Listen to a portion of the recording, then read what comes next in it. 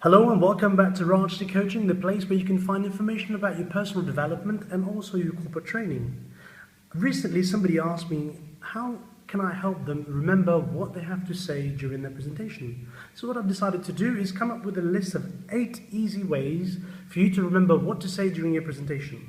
Now you see, I can help you crush your anxiety with these methods that will help you thoroughly remember all your slides before you get to them. Now, one of the most common reasons we experience presentation anxiety is the fear that we will forget what to say and risk losing credibility. A method many use to address this fear is to create a PowerPoint slide as a memory aid. However, this is short-sighted because nothing erodes your credibility as a speaker faster than indicating to your audience that you're depending on slides. Seasoned presenters, on the other hand, are able to announce a slide before showing it. And, at a minimum, they know exactly what the material entails so well that all they need to do is briefly glance at the slide to know exactly what's coming up.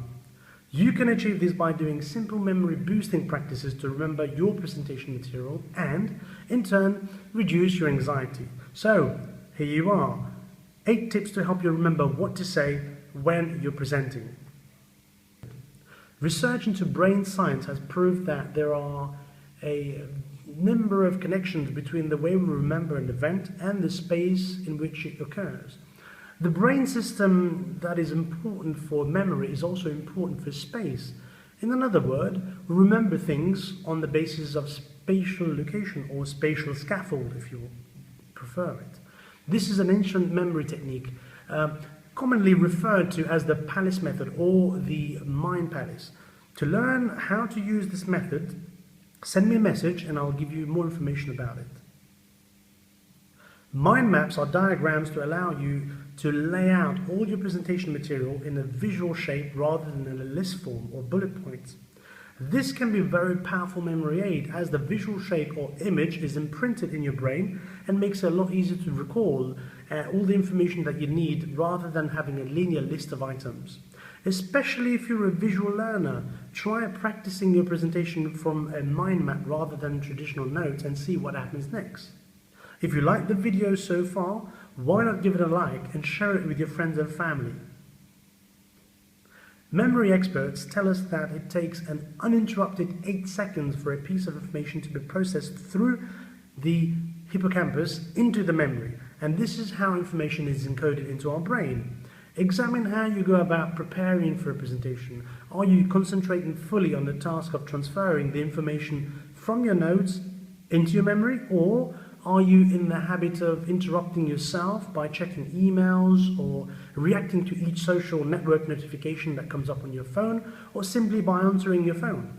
Remember the crucial 8-second rules and carve out your dedicated time that you'll need to be less focused on rehearsing information without any interruption. You will not only know your material better, but you'll also shorten your preparation time considerably, so that way you can concentrate on what's more important to you. How long should you be rehearsing for your presentation?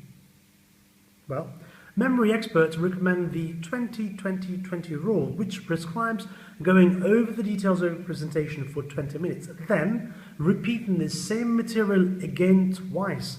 If your materials are not repeated within 30 minutes, what will happen then is it's not encoded into your long-term memory and you may forget it. But if you keep doing it 20 minutes and then another 20 minutes and then another 20 minutes, you are more likely to remember it rather than taking a long-term break and then going back to it again.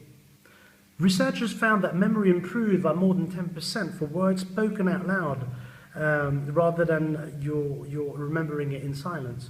Rehearsing your entire presentation out loud for as little as 5 to 6 minutes, so the more you do it, the more you remember, but you've got to make sure that you do it out loud.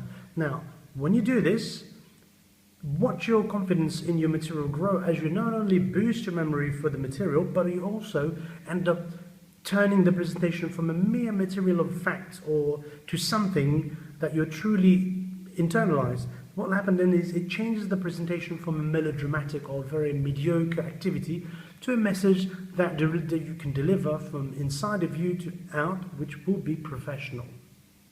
Music is an effective tool to help you retain information. Dr. Georgy Lozanov, a psychologist, developed a methodology for teaching foreign students languages that they would never had to learn before. Now, what it entails, this method, is music. That's right. And it's specifically Baroque music. For example, you've got Vivaldi.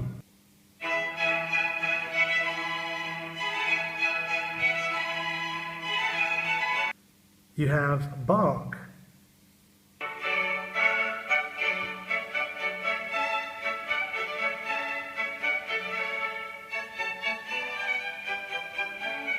And you also have Handel.